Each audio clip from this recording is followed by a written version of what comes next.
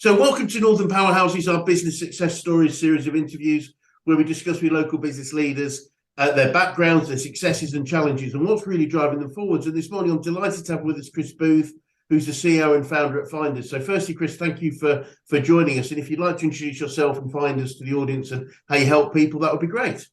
Thanks, Chris. Yeah, thanks for having me. I'm CEO and founder of Findrs. We're a new category of recruitment services business, which takes on the best of the three main models of recruitment. So executive search, agency, and talent on demand, and wrap a service for tech startups and scale-ups across the UK and a little bit in Europe. We come in and build whole teams together. So we don't work in functional specialists. We work in market specialisms. So we have a fintech specialist consultant, a health tech one, SaaS, enterprise software, and they'll come in and help build the team across sales, engineering, tech, products, whatever. And one of the main parts of the service that we do is that we don't just find who to hire, but we help our clients decide on what to hire. So we do some pieces around organizational design, how do you build the best team to hit your milestone, whether that be Series A, so many users, whatever else. So we typically take the whole headache of recruitment away, which can be a pretty big headache for a lot of founders, and deliver services to help people get to them for those milestones. Fascinating. What a great approach, because I think that's the challenge, isn't it? There's so many there's standard names, isn't there? Standard functions. Well, very few businesses I ever work with are standard. It's like, what do you really need? What do you really want? And what's the best fit? I guess also around the founders, if we're into startups and fast growth, it's what's going to be the best to support the individual. That's it. And, we do a lot of work with founders. The growth planning workshop that we do, when we literally sit the founders down with a bunch of hats and say, what hats are you guys wearing now? And, where do we need to be in 6 months' time? What hats do we need to release? And which ones do we need to let go? What accountabilities do we not want to be accountable for anymore? And that's a really interesting exercise for our founders, because sometimes they feel like they don't want to give away the go-to-market, or they don't want to give away the product accountability. So it's all about that kind of support to founders, kind of going through that journey of, not being hands-on in everything anymore. It's about them becoming those leaders. So yeah, it's a really interesting kind of exercise, kind of evolving these companies through. Yeah, brilliant. And there's a lot of when we work with organizations, it is about making sure the key people, let's say the founders, are focusing most of their time doing the three things they're really good at and they really love. And it's this idea of you can delegate the stuff you don't like. It's like, oh no, I'm supposed to do the rubbish as well as the good stuff. And it's nuts, isn't it? Yeah. And it's, one of the things I've learned here is that some of the stuff that I hate doing, some of the guys love doing it. I still love to be hands-on in recruitment as much as I can. But 11 years in, do I still want to be sifting through, 300 CVs in a morning? No, I've probably done it a bit too much. Whereas one of my colleagues absolutely loves just going through CVs and just kind of sifting through and doing interviews. So yeah, that kind of delegation piece, you don't have to always feel too bad about it if it's actually what the person is to do. Couldn't agree more. So if you could tell us a little bit more about your background, how you got into business and why this particular one, that would be brilliant. Yeah, sounds good. So I've worked in recruitment for 11 years already. I went to uni in Leeds, did biomedical sciences. I had a deal with my dad where he gave me 2 weeks after my last exam to get a job where I had to come home. And I'm originally from Grimsby, so I didn't see that as an option. So fell into recruitment like a lot of people do, and then ended up being pretty good at it.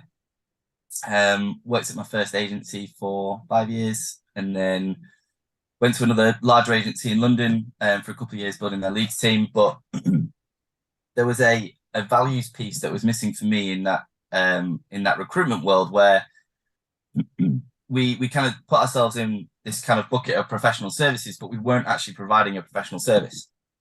We were just finding the same candidate all the time and just emailing that person out, spamming that person out, and feeling like we should have some kind of ownership of that candidate because we sent some kind of email. And we actually hadn't done anything for that client. We just kind of sent them this email and kind of held this candidate to ransom. So I didn't like that. My dad's an accountant, so he provides a service that he gets paid for it. He sold his practice last year. really successful story, came through the ranks. So probably took a bit too much inspiration from him, which is always dangerous for the accountants. So decided to create Findrs. All I wanted to do was create a recruitment services business using values at its core, Yeah. and processes around those values to really lock them in. So we wouldn't be over reliant on culture as we scaled. You know, there would be processes around our values that really kind of help lock that in. So we looked at this hardworking thing. Recruiters work really hard for their fees, but they don't work hard for their customers, which is one of the main gripes in the market. You know, what do recruiters actually do to earn this fee? So we ripped out the specialist functional thing, and we put in an executive search type model, where we do a brief, we do a search for 3 days, and then we come back with a report or a shortlist. And you know, the client can kind of see that using a transparency value where we use different systems so that you can see what we're doing live. And you know, that worked really well. Found out that we were really good working with startups because we worked cross-functionally. And we've been kind of doubling year on year ever since. Brilliant. Fantastic. What, and obviously on your website it talks about, you know, left field is very much a different approach. I can see that. So when you were growing up, was this always what you saw yourself doing, or did you have a different path planned? No, not at all. I think when I grew up, when I was at school, I think I wanted to be a paramedic. I wanted to be in front of lots of gore, blood and guts, that kind of thing, and lots of excitement, that kind of thing. So I went to uni to do biomedical sciences with a view to become a paramedic down the line. So that was one of the routes at that point. Then I went to uni, and I think I wanted to do something different, maybe do something within kind of biomedical sciences, but I wasn't clever enough to be a researcher. Certainly didn't have the patience or the intelligence. So I never thought I'd be a business owner. Like, I used to always take interest in what my dad did, but I used to always say I don't want to work in an office. Couldn't think of anything worse than sitting down all day, which is probably why I've got a standing desk now. So no, it's not something I've always wanted to do, but it is something that I do love doing now. Yeah, and you're good at it, which is great. So as you've grown, what and I don't know if you're aware of the stats, but it'd be great stats. You know, unfortunately, 80% of businesses typically fail within the first 5 years, and of the 20% remain, another 50% fail in the 80% fail in the following 5 years. So to get to 10, 11 years, you're in the top 4% of businesses in general. So A, well done. But B, looking backwards, what are some of the biggest challenges you've had to overcome as you've grown? Good question. The pandemic was an interesting one. Yes. As I think a lot of people would say. So we were running in 2020 with about a small number of customers running these campaigns. We're probably working to like 5 customers across 20 jobs each. In March, 4 customers went down. They just went on hiring freezes. So all of a sudden we went to a very minimalist client portfolio. So we had to very quickly build out our client portfolio. And the same thing happened to us last year. Like, because we work in tech startups and scale-ups, the valuation crash in the States, and the lack of deployment of funds from VCs in the UK in Q4 last year decimated our client portfolio. So we quickly had to shift to building new clients again, and finding new clients again. So that's probably been the biggest issue, is when things happen in the market, and hiring freezes are usually the first reaction to any macroeconomic problem. So luckily we've got pretty good at building funnels quickly. So we can find these customers quite quickly. I think every customer we build with in Q4 last year was a brand new customer to find us, because everyone else were on hiring freezes, which was a good indication of how bad last year was. So yeah, probably the biggest problem is that we can have big sets of customers kind of just cut, and obviously we work on a contingent model. So if they cut, it's not like they've got a 6-month subscription left on their package or anything like that. We have to react straight away. Yeah. But yeah, I can see that might be challenging. So what are some of the, as you go, what are some of the biggest learnings you've had about business? That's a good one. So one thing that I always learned in recruitment, but I've definitely relayed that as a business owner and managing a business, is that your job as a recruiter is to not solve problems, it's to avoid them.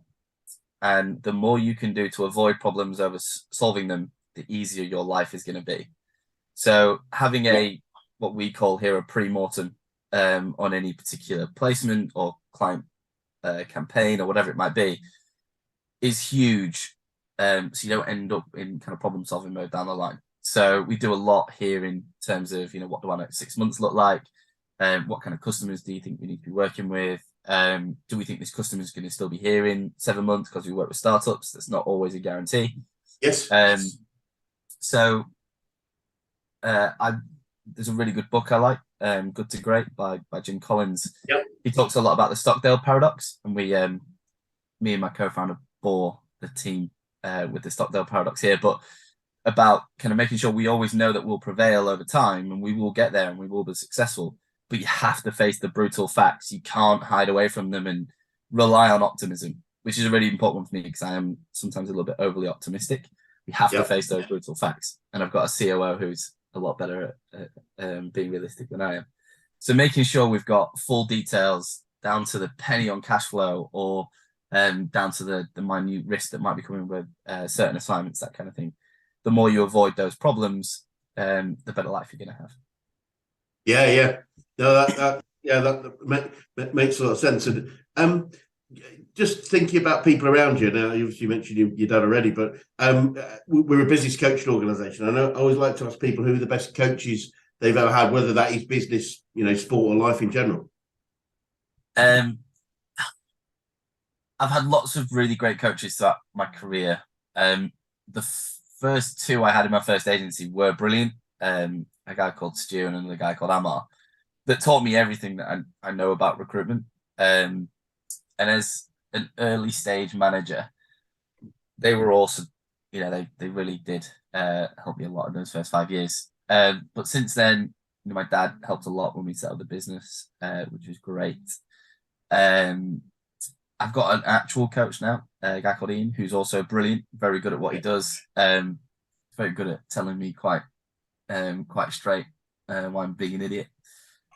So lots of good coaches throughout my career.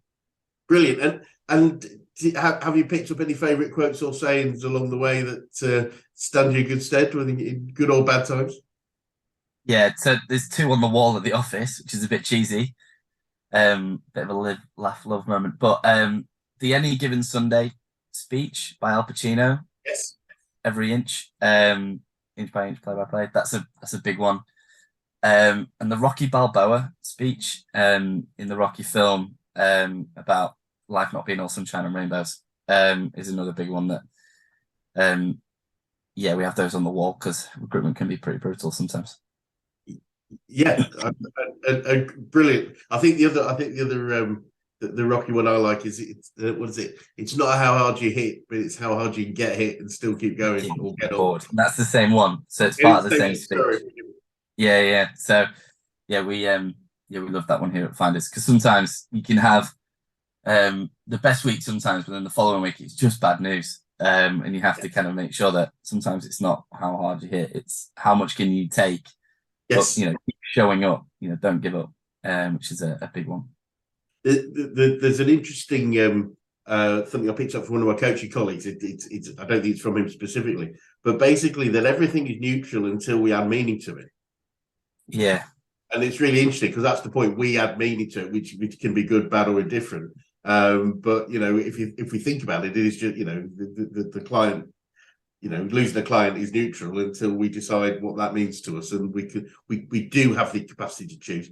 Not that easy, especially when if we get a run of challenges and problems. But it's controlling the mind, which controls the emotions, is such a powerful thing to master. Which maybe I will one day. It's quite funny. It's very much a stoic kind of mindset, isn't it? Around master your emotions kind of thing. I do want to read is it Ryan Holiday, Daily Stoic? It's on one of the books I want to read. But yes. We say that to the guys here a lot around everything that happens, it's 20% the event, 80% your reaction. It's really hard to say that someone who's just graduated uni, 21, starting their first job, it's hard for them to kind of master that. And that's what a lot of the learning and development we do here at Findrs is mainly around emotional intelligence, not much else other than that, market specialism. Because it's the main thing, isn't it? No, brilliant. It really, really is. It's mastering emotions, mastering our thoughts is such a powerful thing to do. My own coach, he has a great phrase. He says the subconscious is the most fertile piece of land on the planet, and whatever we plant in it will flourish and grow, and it's our choice in many ways. But it's still not an easy thing to master, I find. So obviously you think a lot about many things. What have you learned about yourself during your journey in your career? So just some context. So we started building Findrs in 2018. I brought my wife on as co-founder and COO, and we got married in 2019. On our honeymoon on Christmas Day, we found out we were having a baby, Lucy. And we came back and we said, oh, well, the house that we're in right now, we don't want to have a baby in it. We're going to go and buy a house, flip it, and move somewhere else. And then we also realized that we were really well equipped to work with startups. And we didn't always do that, but we came back early 2020 and said, actually, we're just going to work with startups and scale ups because we're going to change the service and we're going to gear everything towards that. And that'll be our beachhead. To create a bit of a monopoly and get away from all the competitors. So in February 2020, we ditched all of our enterprise customers, not knowing what was around the corner, which is why we had those 5 kind of startups I talked about before. And then so we were pregnant, trying to buy a house, and then the pandemic hit, and then everything kind of amalgamated into one. So what we wanted to do was renovate a house, have a baby, and then grow the business. What actually ended up being was growing the business, having the baby, and now we're in the middle of the renovation at the same time as growing the business and having a 2.5-year-old at home. So long way around the question, but I think the thing I've learned about myself is that resilience isn't like an attribute that kind of comes by itself. It's not.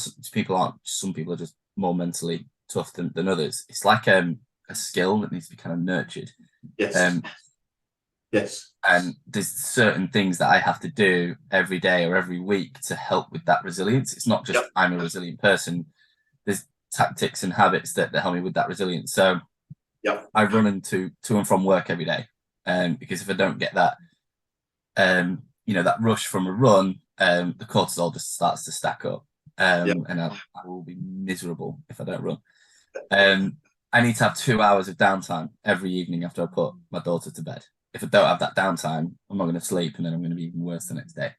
So that's probably the biggest learning over the last couple of years, especially since the pandemic and everything kind of got quite intense, is that resilience is a process that you're always building towards, so that you can have that kind of that toughness. Yeah, I love it. It'd be really, really interesting because I think it's that self-learning of what's right for us as well, because it's non-specific, it's specific to each of us rather than being general. But I agree. I think the thing you found in myself is sometimes it's okay to be doing this, even though you might, sometimes it's okay just to veg out, because that's what you need. That if you do it all the time, we're probably not going to get anywhere. But now and again, it's okay. Yeah, and I think it's the biggest learning for a lot of founders that I work with, that you can't get away from the hustle kind of culture for the first couple of years. You have to hustle to get going. And the problem with that is that a lot of founders I know, and even Beth, my wife's COO, the issue that we have is that we're always on.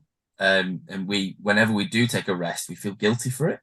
And it's about not having that kind of guilt. It's about it's a process. It's a necessity to take some time. So yeah, like vegging out is a task. It's not a break, if you know what I mean.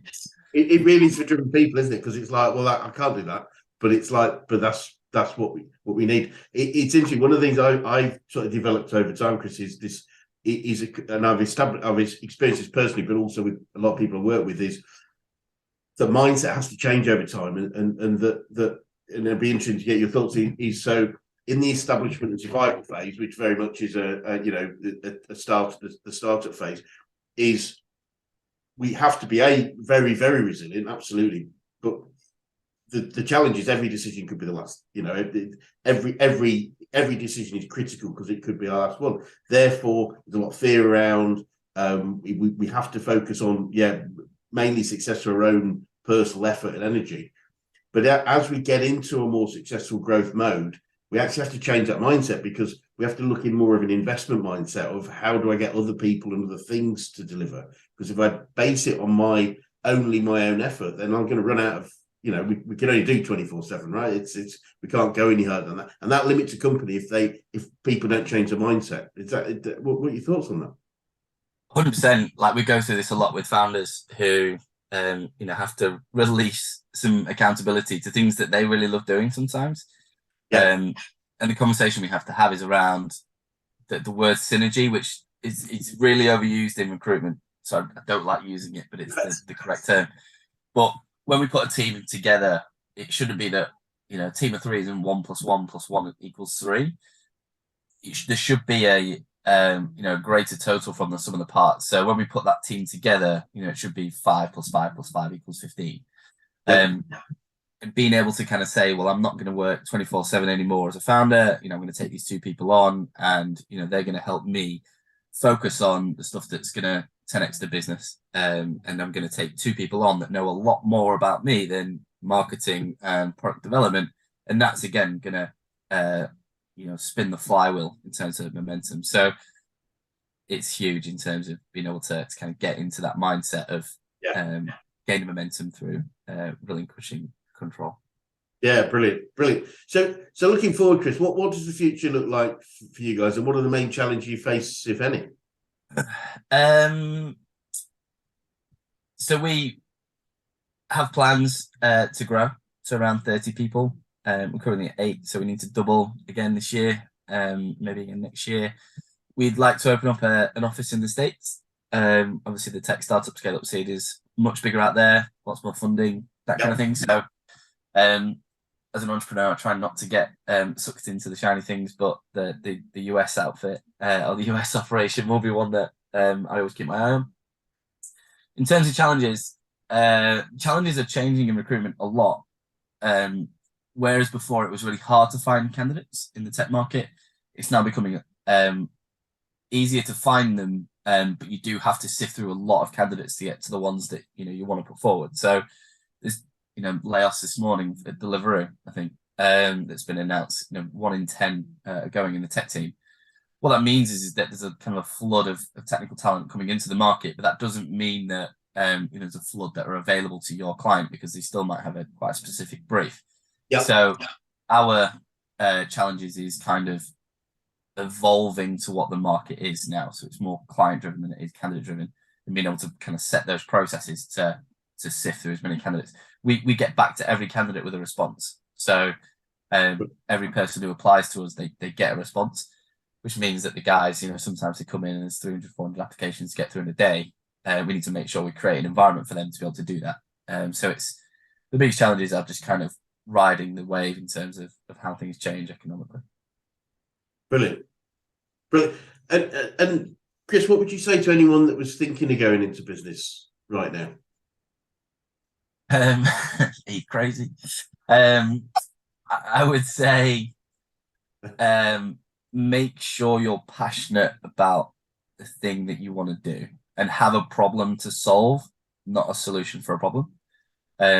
We work with lots of startups who create some wonderful intellectual property, don't have a problem for it, and then they end up kind of scampering around for it. So one thing I always say is customer development work, understanding the problems of your customers is the #1 job whenever you do a startup. That's the thing. You need to identify a pain point, #1, for anything else, then create the solution for it. So at least 2 weeks, really come to a deep level, understanding the problem you're solving. That would be my advice. Brilliant. And if you started again, is there anything you do differently?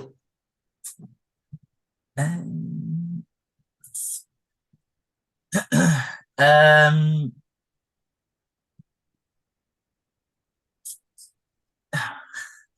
I don't think so. I think all the stuff that I did has put me on the journey where we learnt a lot. And I would have had to learn those lessons anyway.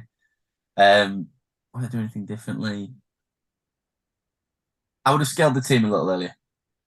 We were a little bit cautious and we wanted to get lots and lots of runway into the company before we started scaling the team, which didn't really cost as much, but it meant that we were kind of losing to an opportunity cost out of caution. So maybe a little bit more bullish, which in this macroeconomic climate, I wouldn't recommend.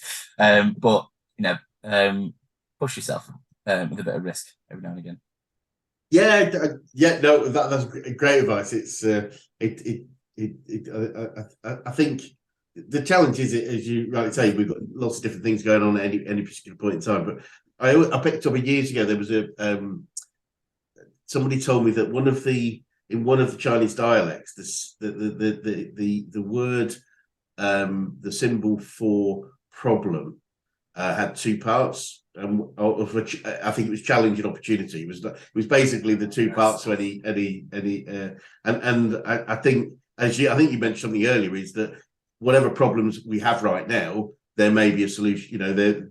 Some people will solve that problem or have a solution to it, and will grow through it. So, and finally, what advice would you give to an 18-year-old you if you could go back in time and do so? I would say, I used to live to the mantra, you have to be young and stupid to be old and wise, which I probably took a little bit too seriously at 18. What was advice I would give myself at 18-year-old? Keep learning how to communicate with people. Like, whatever you do in business, the number one skill is just communication. It is the number one thing. Like a lot of the stuff that we do here around the emotional intelligence and kind of the L&D here with the guys, we use a lot of like tactical communication stuff from like Chris Voss, the hostage negotiator, around how do you consciously communicate with people and how your emotional intelligence is kind of geared around how you communicate with people. So I'd say as an 18-year-old, I probably spoke to too many people as it was anyway, but keep developing that skill of how to consciously communicate with people. Brilliant. Yeah, Chris Voss spoke at our last business conference. Funnily enough, he chose not to fly over, but in the end we beamed him in. But it was pretty really interesting guy. He's amazing. I love his book. I've done his masterclass. I've done a course with him on Sales Impact Academy. We've geared our whole sales process around it. Our discovery calls is everything based on tactical empathy. So, yeah, it's brilliant. I'm a big fan of Chris Voss. Chris. Well, Chris, thanks so much for your time this morning. If anyone watching would like to get in touch with you or find us, what would be the easiest way to do so? You can email me at chris@findrs.co.uk, which is FINDRS, or you can find me on LinkedIn, Chris Booth, on Findrs. Reach out and we can chat there.